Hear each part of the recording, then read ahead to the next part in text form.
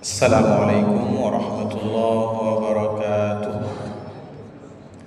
Innal hamdalillah nahmaduhu wa nasta'inuhu wa nastaghfiruh wa na'udzu billahi min shururi anfusina wa min sayyiati a'malina. May yahdihillahu fala mudilla lahu wa may yudlil fala hadiya lahu. Asyhadu an la ilaha illallah wahdahu la syarika lahu wa asyhadu anna sayyidana wa nabiyyana Muhammadan abduhu wa rasuluhu. Allahumma salli wa sallim ala sayyidina Muhammadin wa ala alihi wa ashabihi ajma'in. Amma ba'du, fa inna asdaqal hadithi kitabullah wa khairal hadi hadi Muhammadin sallallahu alaihi wasallam wa syarrul umuri muhdatsatuha fa inna kulla muhdatsatin bid'atun wa kulla bid'atin dhalalatun wa kulla dhalalatin finnar.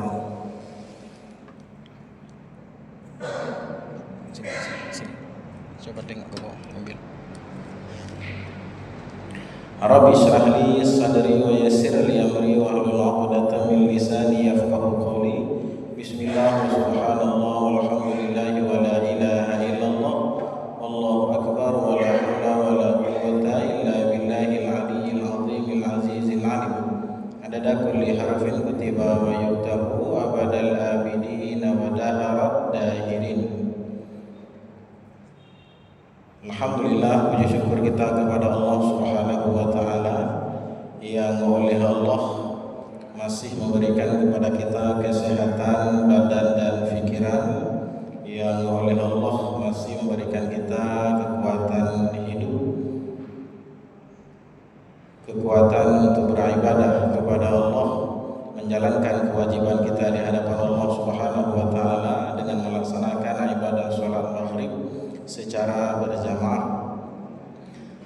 Kemudian salawat dan salam marilah sama-sama kita sajikan ke pangkuan Nabi besar Muhammad sallallahu alaihi wasallam, yang mana oleh Rasulullah sallallahu alaihi wasallam senantiasa mengingatkan kita untuk belajar mencari ilmu dengan sebuah hadis yang barangkali sangat familiar di telinga kita. Kata Nabi, talabul ilmi fariidatun ala kulli muslimin wa muslimat, bahwa mencari ilmu itu adalah kewajiban bagi setiap orang yang mukmin, bagi setiap orang yang Islam, baik dia laki-laki maupun perempuan. Kenapa wajib? Karena amal ibadah yang dilakukan tanpa ilmu ditolak oleh Allah Subhanahu wa taala. Setiap ibadah yang kita lakukan, ya, kalau bukan karena landasan ilmu, hanya sekedar meniru dan mencontohkan perbuatan orang lain, ya, maka itu awalnya tidak makbul. Maka dalam satu bait syair disebutkan oleh Imam Ibnu Ruslan, kata beliau, wa kullu man bi ghairi ilmin ya'malu a'maluhu mardudatun la tuqbalu, bahwa setiap orang yang melakukan amal soleh, amal kebaikan, tapi bukan karena ilmu, maka amal-amalnya itu tidak diterima oleh Allah, ditolak oleh Allah Subhanahu wa taala. Apakah ada orang yang beramal tanpa ilmu? Ada. Hanya sekedar melihat gerakan-gerakan sholat lalu dia praktekkan. Melihat orang, ya, ketika berdiri, ya, menggerak-gerakkan mulut, dia pun menggerak-gerakkan. Tapi bacaan yang dia baca bahkan bukan bacaan sholat, entah apa yang dia baca, ya, tapi karena ingin terlihat bahwa dia sholat, ya, bahwa dia sebagai seorang muslim, maka dia melaksanakan ibadah sholat tapi dengan cara yang tidak benar. Maka wajiblah kita mencari ilmu. Wajibnya mencari ilmu sama dengan wajibnya beribadah, ya, karena ibadah hukumnya wajib, sholat hukumnya wajib. Mencari ilmu agar sholat yang kita lakukan sesuai dengan apa yang diajarkan oleh Rasulullah, maka mencari ilmu itu juga menjadi sebuah kewajiban. Kemudian, yang saya muliakan dan saya hormati dan sekalian Bapak Ibu sidang jamaah sholat maghrib, yang mudah-mudahan kita semua dimuliakan dan dirahmati oleh Allah. Pada malam yang mulia ini kita bacakan satu hadis Nabi sallallahu alaihi wasallam. Semoga, ya, kajian hadis ini menjadi pahala bagi kita, menjadi, ya, bekal kebaikan untuk kita kembali menghadap Allah Subhanahu wa taala. Judul hadisnya adalah Ukhuwatul Islami wa Hukukul Muslim, persaudaraan dalam Islam dan hak-hak sebagai seorang muslim. An Abi Hurairah radhiyallahu anhu qala, hadis ini riwayat daripada Abi Hurairah radhiyallahu anhu. Qala, kata beliau, qala Rasulullah sallallahu alaihi wasallam, Rasulullah sallallahu alaihi wasallam bersabda, la tahasadu, kata Nabi, la tahasadu, janganlah kalian saling mendengki. Jadi yang pertama, sebelum Nabi menyampaikan tentang persaudaraan Islam, Nabi ingatkan yang pertama, kalian jangan mendengki. Apa makna mendengki? Ya, ada keinginan dalam diri kita, ya, agar nikmat yang ada pada orang lain menjadi hilang, meskipun kemudian nikmatnya itu nggak berpindah kepada kita. Ya, kita melihat ada orang yang hebat, semoga saja dia jatuh. Ada orang yang jualannya laris, semoga saja nggak ada orang yang beli sama dia. Ada keinginan-keinginan buruk dalam hati, maka disebut dengan hasad. Dan Nabi mewanti-wanti kita, ya, karena hasad itu ya bukan sekedar penyakit biasa, bukan cuma merusak kulit. Kalau kena kurap barangkali, kena panu hanya merusak kulit. Ya, tidak ada orang yang bermasalah keimanannya karena panu. Tidak ada orang yang bermasalah amal ibadahnya karena kurap, enggak ada. Tapi orang menjadi rusak amal ibadahnya karena hasad. Maka Nabi sallallahu alaihi wasallam ingatkan kita, al-hasadu ya'kulul hasanat kama ta'kulun narul hatab. Ya, bahwa kedengkian itu akan menghanguskan, akan memakan seluruh amal kebaikan, ya, sebagaimana api menghanguskan kayu bakar. Jadi kayu yang sudah dijemur, sudah sangat kering, siap untuk dipakai memasak, begitulah api menghanguskan kayu bakar. Begitu juga hasad ini menghanguskan semua amal-amal yang kita lakukan. Kita sholat, ya, berjamaah dapat pahala 27 derajat. Kita baca Al-Quran, satu hurufnya dapat 10 kebaikan. Kita menunggu sholat Aisyah, dapat kebaikan lagi. Tapi semua amal-amal kebaikan itu hanya dengan niat buruk dalam hati, agar nikmat yang ada pada orang lain menjadi hilang, ya, maka semua amal-amal itu menjadi hangus sia-sia. Ya. Kalau kata orang Aceh, ya, dolak tinggal ya, artinya nggak ada hasilnya apa-apa. Ya. Dia beramal dengan sangat luar biasa, datang ke masjid subuh berjamaah, tapi nongkrong paginya tiba-tiba hasad, ya, dengki kepada orang lain, ya, tidak senang melihat nikmat yang ada pada orang lain, ya, maka semua amal ibadahnya menjadi hangus. Ya. Yang kedua, wala tanajashu, ya, dan janganlah kalian saling menipu. Ya. Nabi melarang kita untuk menipu. Apa makna menipu? Ya, bukan hanya sekedar menipu, ditanya sama orang pulang dari mana Aceh, padahal kita pulang dari Medan. Bukan sekedar menipu yang demikian, tapi ada menipu yang merusak banyak orang. Bagaimana dia menipu? Menipu dengan janji-janjinya. Ada seorang calon kepala desa barangkali, ya, sebelum dia menjabat janjinya macam-macam. Nanti kalau saya jadi kepala desa, maka desa ini akan kita buat menjadi desa yang paling berwibawa. Masjidnya kita buat menjadi bagus, jamaahnya kita berikan apresiasi, setiap orang yang datang ke masjid kita berikan hadiah, anak-anak begitu juga. Tapi begitu menjadi kepala desa, ya, semua janji-janjinya tidak dia tunaikan. Ada pemimpin, calon pemimpin berjanji, nanti kalau saya jadi pemimpin semuanya akan mudah. Guru-guru dapat tunjangan, semua para imam dapat ini, semua masyarakat dapat sekian, ya, semua orang Aceh kita bawa pergi haji, ya, dengan kapal pesiar, ya, dapat buka lapangan kerja 19 juta dan segala macam, ya. Apa tujuan dia berjanji? Agar terpilih. Tapi begitu terpilih, ya, tidak menunaikan. Maka janji-janji yang semacam itu, ya, disebut dengan menipu oleh Nabi. Maka di satu hadis yang lain Nabi sallallahu alaihi wasallam dengan tegas mengatakan, man ghasyana falaysa minna. Ya. Orang-orang yang menipu bukan golongan kami, ya, bukan sekedar berdosa. Ya. Mungkin kalau berdosa, ya, orang yang berdosa, semua kita berdosa, ya. Sebanyak apapun dosa kita minta ampun kepada Allah, diampuni oleh Allah. Datang pada hari kiamat membawa dosa yang banyak, kita bersalawat kepada Nabi. Ya, boleh jadi kita menunggu syafaat Nabi, Nabi akan menolongnya, ya. Tapi kalau kita, ya, tidak diakui oleh Nabi, ya sebagai golongan Nabi, sebagai umat Nabi, ya maka nauzubillah ya kepada siapa pada hari kiamat kita akan meminta syafaat. Ya, kata Nabi, orang yang menipu ya bukan golongan kami. Kemudian wala tabaghadu, dan janganlah kalian saling marah.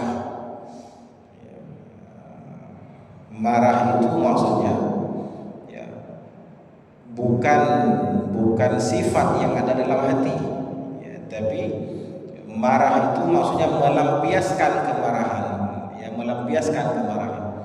Kalau kita dicaci maki sama orang, mustahil kita nggak marah, kita manusia biasa ya. Dicaci maki, disumpah serapah ya, nggak mungkin kita nggak marah ya. Tapi yang maksudnya adalah jangan kalian saling melampiaskan amarah ya. Maka marah itu sifat yang ada dalam diri kita, sedangkan marah-marah ini ekspresi, mencaci maki, menyumpah serapah. Kenapa? Karena marah. Tapi kalau orang yang beriman kepada Allah ya, orang yang bertakwa kepada Allah, kata Allah dalam Al-Quran ya, mereka ya, meredam amarahnya ya, meredam amarahnya. Memang marah, tapi dia meredamnya ya. Maka dalam satu ungkapan yang sangat masyhur ya, kata Imam Syafi'i rahimahullah, kata beliau, man istughdiba wa lam yaghdab fahuwa himar. Kalau ada orang ya, yang dipancing-pancing kemarahannya tapi dia enggak marah ya, maka dia itu keledai, bukan manusia ya. Menyakun apa, kalau kata orang Aceh si pantiale ya katanya ya, mungkin ada kalau ada orang paham lah si pantiale itu, kata orang Aceh si pantiale tapo han sakit dah carut hana male gitu ya. Jadi di apa namanya, dimaki-maki, dia disumpah serapah, diganggu keluarganya, diganggu usahanya, diganggu jabatannya, diganggu kemudian apapun lah yang menyangkut dengan dirinya, dia enggak marah, biasa saja. Dalam hatinya pun enggak ada perasaan apa-apa. Dia bukan orang itu, dia keledai ya. Agamanya diganggu ya, kemudian negerinya diganggu dan segala macam, dia enggak marah ya. Dibilang misalnya apa londo ireng, dia enggak marah, biasa saja ya. Maka orang yang semacam ini ya, ini namanya himar, keledai ya, bukan manusia. Manusia normalnya marah, tapi orang yang beriman dia enggak marah-marah ya, enggak melampiaskan kemarahannya ya. Wal kadhiminal ghaidha, kata Allah, orang-orang yang mampu meredam amarah, wal 'afina 'anil nas, dan memaafkan orang lain. Nah, itu ciri orang yang bertakwa kepada Allah. Tapi bukan marah yang dalam hati. Dalam hati semua orang kalau diganggu, dilecehkan, disumpah serapah, ditipu dan lain sebagainya, pastilah marah. Tapi dia tidak marah-marah, tidak melampiaskan. Ya, itu orang yang bertakwa kepada Allah. Dan yang kedua kata Imam Syafi'i, ya, wa man isturdiya wa lam yarda fa huwa syaitan. Kalau ada orang dibujuk-bujuk, diminta maaf berkali-kali, enggak mau memaafkan, dia juga bukan orang, dia itu syaitan. Mungkin silap sesekali kita marah ke orang lain, sesekali kita silap memukul ataupun apapun lah kepada orang lain. Tiba-tiba kita sadar meminta maaf kepada korban, ya kalaulah korban sebenarnya, ya, kita meminta maaf kepadanya. Berkali-kali kita meminta maaf, enggak mau dimaafkan, ya, maka itu bukanlah manusia, dia syaitan sebenarnya, ya. Kalaulah benar dia manusia, satu kali mungkin enggak memaafkan, dua kali boleh jadi enggak memaafkan, tiga kali pastilah kita maafkan ya. Bahkan diancam oleh Nabi dalam satu hadis, kata Nabi, kalau ada orang yang tidak mau memaafkan orang lain, padahal orang lain itu telah meminta maaf berulang kali, berbagai macam cara, berkeras hati enggak mau memaafkan ya, maka akan diusir dari kolam Nabi. Kolam Nabi di mana? Dalam surga. Apa maknanya? Orang yang semacam ini seakan-akan ya, dia tidak akan masuk ke dalam surga. Maka hati-hati ya. Memang memaafkan bukan kewajiban, enggak ada kewajiban kita memaafkan orang lain. Tapi kalau berulang kali dia meminta maaf ya, maka hati-hati kalau kita berkeras hati tidak mau memaafkan. Tapi kalau orangnya ya, setelah menzalimi orang lain, berbuat salah, mencaci maki, sumpah serapah, enggak ada niat pun sekalipun dia meminta maaf, enggak kita maafkan, kita enggak berdosa. Ya, enggak berdosa. Cuman ya, kalau kita memaafkan, ya, pahala dari Allah sangat luar biasa ya. Jadi orang yang beriman, kata Nabi, la tabaghadu, janganlah kalian saling marah. Ya, ada seorang sahabat datang kepada Nabi, ya, kata beliau, ya Rasulullah, ausini, wahai Rasulullah, berikanlah wasiat kepadaku. Kata Nabi, la taghdab, jangan kamu marah. Faraddada miraran, ya, diulang-ulang beberapa kali kalimat yang sama. Nabi tetap menjawab, la taghdab, jangan kamu marah. Kenapa jangan marah? Karena marahlah yang membuat semuanya rusak. Ya, marahlah yang membuat semuanya menjadi tidak harmonis. Kenapa orang sampai bercerai? Karena marah. Ya. Kenapa antara, ya, satu pejabat dengan pejabat yang lain, antara misalnya, ya, gubernur dengan wakilnya, presiden dengan wakilnya, ya, sebelumnya mereka baik, tiba-tiba marahan, ya. Kenapa demikian? Tiba-tiba rusak pemerintahannya. Kenapa? Karena marah. Ya. Semua kerusakan itu berawal dari marah. Ya. Orang bercerai karena marah, memukul orang lain karena marah, ya, menembak mati orang lain juga karena marah. Itulah ekspresi kemarahan, ya, yang membuat seseorang menjadi menyesal pada hari kiamat. Wala tadabaru, dan janganlah kalian saling membelakangi. Apa maknanya? Jangan membuang muka, benci sama orang, ya.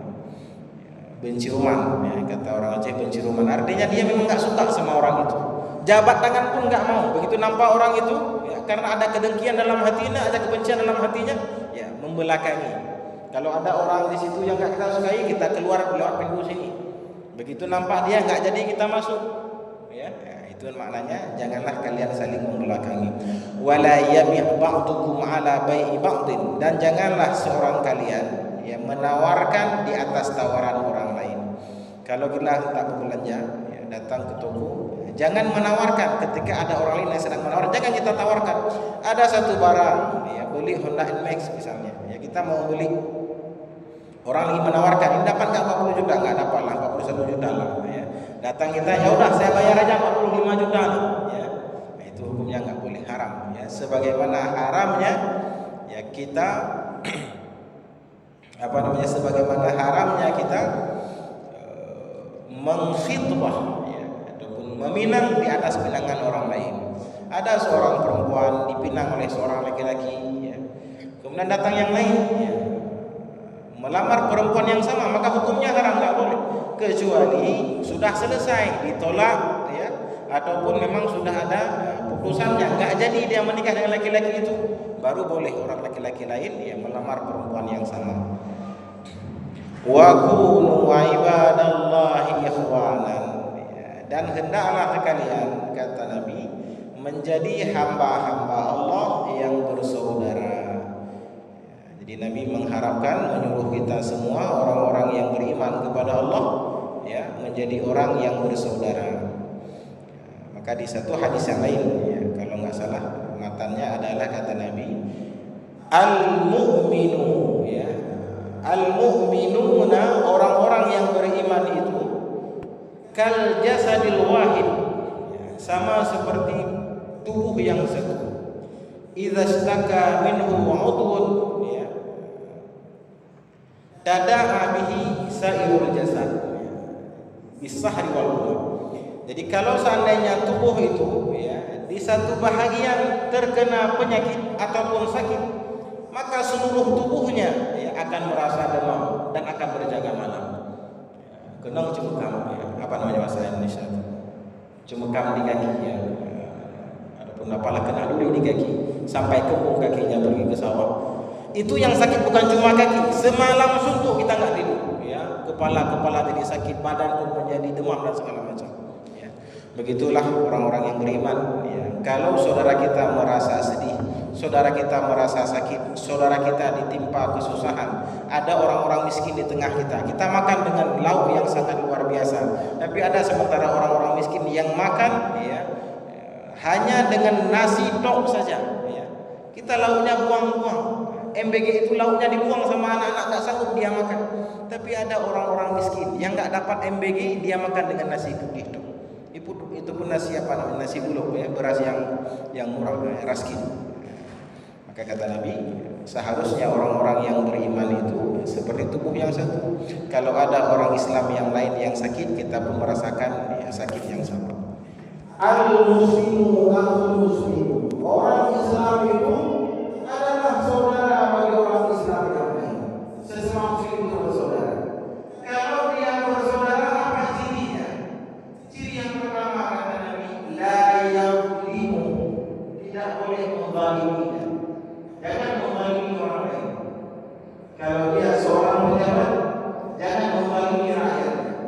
Kalau dia sebagai seorang suami, jangan menzalimi istrinya.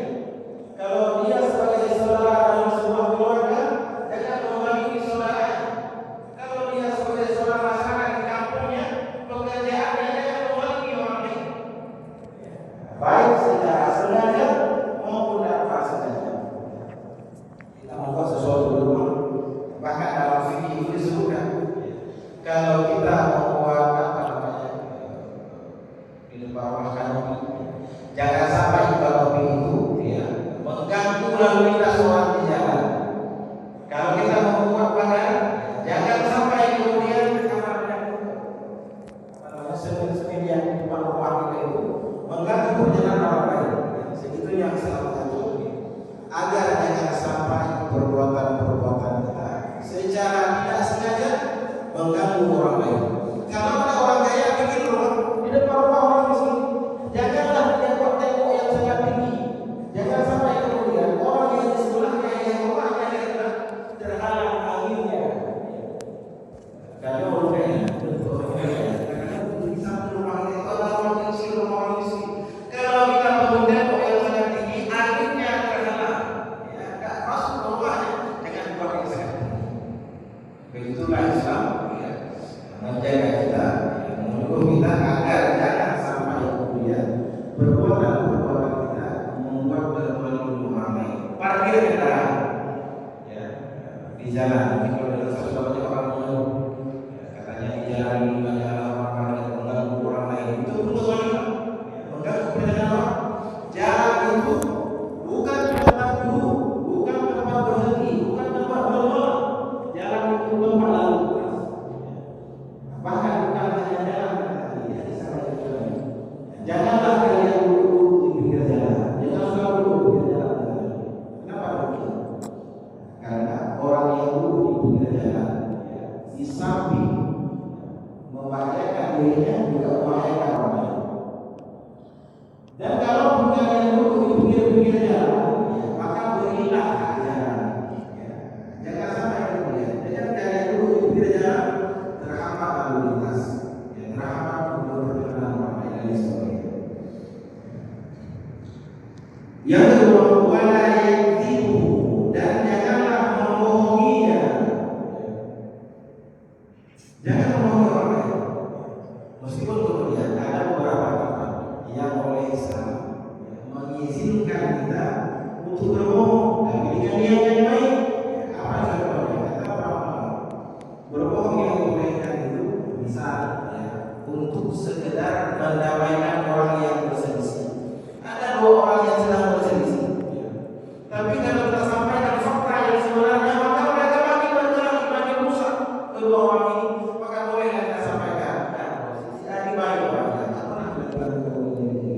Kita bersih bulan dari nasihat itu apa pertanyaan itu boleh. Meskipun sebenarnya pada hakikatnya memang mereka saling jahat orang ini, tapi demi menamaikan boleh kita berbohong. Kalau kita paham sekedar menjalankan pasangan, berjalan untuk berdandan yang wajib kita bila sekali berjasa pada pasangannya apa beberapa bulan ya, dan inilah sekali pasangannya. Padahal Allah sesuai dengan faktanya, tapi itu berkenankan hanya sekedar begitu. Tapi secara umum bohong itu tahu, ya. Tapi bukan juga hadisnya yang diriwayatkan itu pulau mati. Al-Qur'an itu bukan hadis lagi. Itu siapa yang mengucapkan dan disatakan kepada Nabi yang mengatakan itu pulau mati. Secara gramatical bahasa itu bermasalah. Bahasanya Al-Qur'an pulau mati itu bermasalah secara bahasa. Dan Nabi orang yang sangat fasih berbahasa, enggak mungkin mengucapkan kalimat yang selalu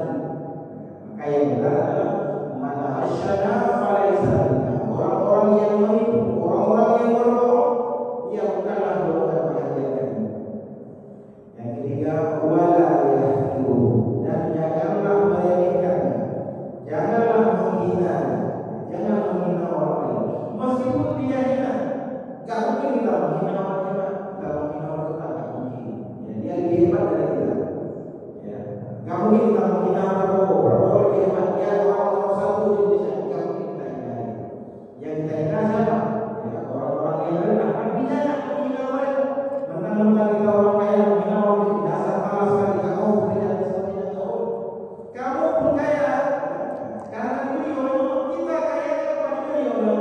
Kita sehat karena dunia Allah. Rumah kita besar karena rezeki yang diberikan oleh Allah.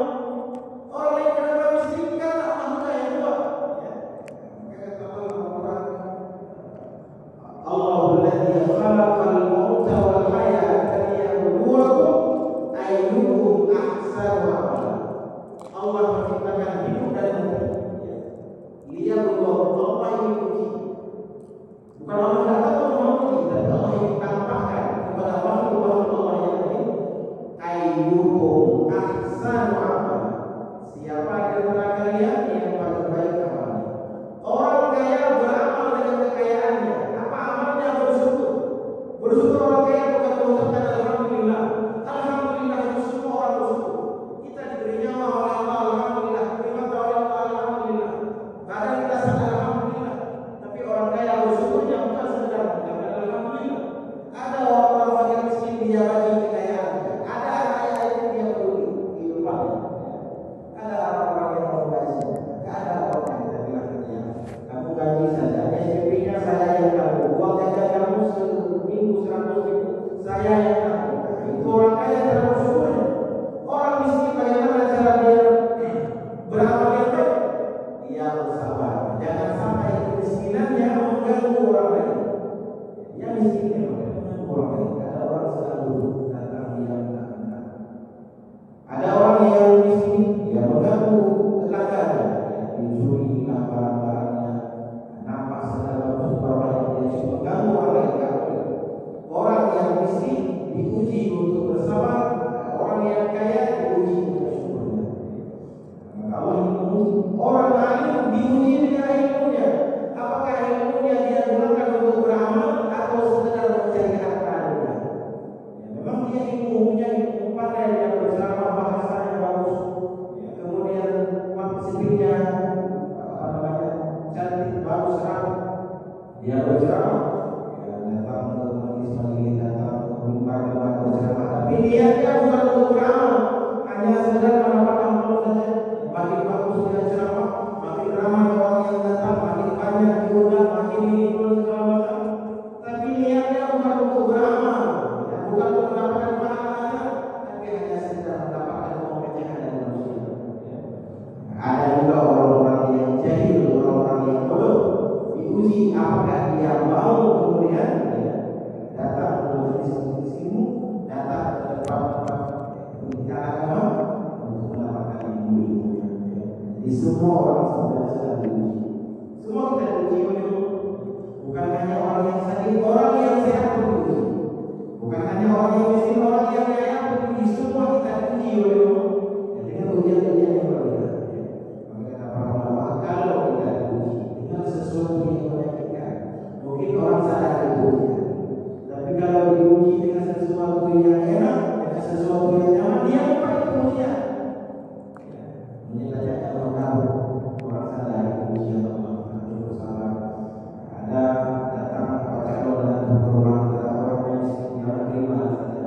Kalau miskin sabar-sabar ini ujian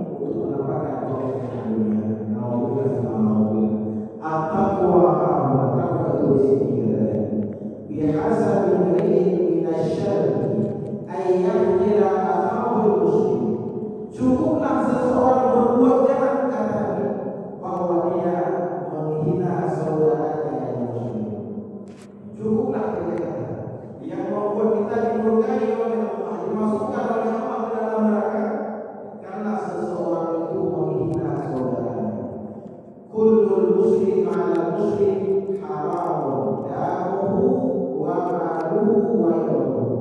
Setiap orang Islam di atas orang Islam yang lain haramlah darahnya, haramlah hartanya, haramlah kehormatannya. Enggak boleh sesama Islam kita membunuh orang lain. Alhamdulillah, sekarang mudah saja orang begitu marah ke orang lain langsung bunuh. Begitu ingin mendapatkan harta, bunuh orangnya, ambil kendaraannya. Baru saja kejadian di Medan, ditemukan mayat di Pamparan, kakinya diikat, dipakai celana pendek semua.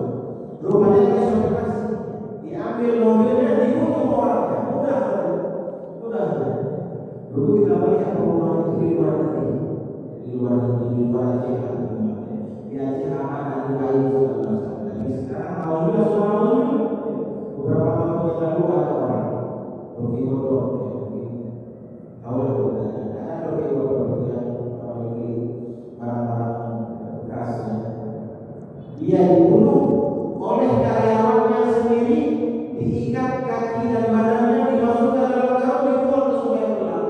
Alhamdulillah, ini saya. Ya, itu hukumnya haram. Kata Allah, barang siapa yang membunuh satu orang yang mukmin seakan-akan dia membunuh semua orang mukmin di dunia ini.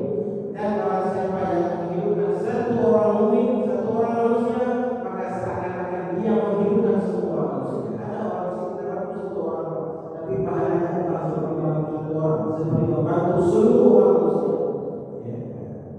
Wa maluhu haramlah hartanya. Enggak boleh kita mengambil harta orang lain. Dengan cara apa? Dengan cara yang tidak benar. Orang yang memaksanya, memalaknya, melakukan dan segala macam. Maka sebuah hadis Nabi sallallahu alaihi wasallam mengatakan hadis Nabi kata Nabi, al-akhdhu bil hayat, al-akhdhu bil hayat kal akhdhi bisayf. Namanya hadis Nabi sallallahu alaihi. Al-akhdhu bil hayat kata Nabi kal akhdhi bisayf. Mengambil dengan rasa malu, mengambil harta orang lain dengan rasa malu, sama seperti mengambil dengan benar. Ya, mungkin ada orang hebat, senang beramai, datang seseorang meminta bantuan kepada pejabat ini, Bapak Maulah, seorang ada uang ini. Kalau orang itu tidak ngasih, dia malu beramai orang lain, akhirnya diambil uang mereka sudah dia kasih. Kenapa dia kasih? Karena dia malu. Itu sama saja seperti dia mengambil hartanya membawa utang. Sama seperti perampok, sama seperti dia. Maka tidak boleh kemudian orang-orang memanfaatkan situasi orang menjadi malu untuk mengambil hartanya. Walau itu dan kehormatannya, tidak boleh kita kemudian menghina, melecehkan orang lain. Rawahu Muslim. Hadis ini riwayat Muslim. Maka sekian pengajian singkat kita pada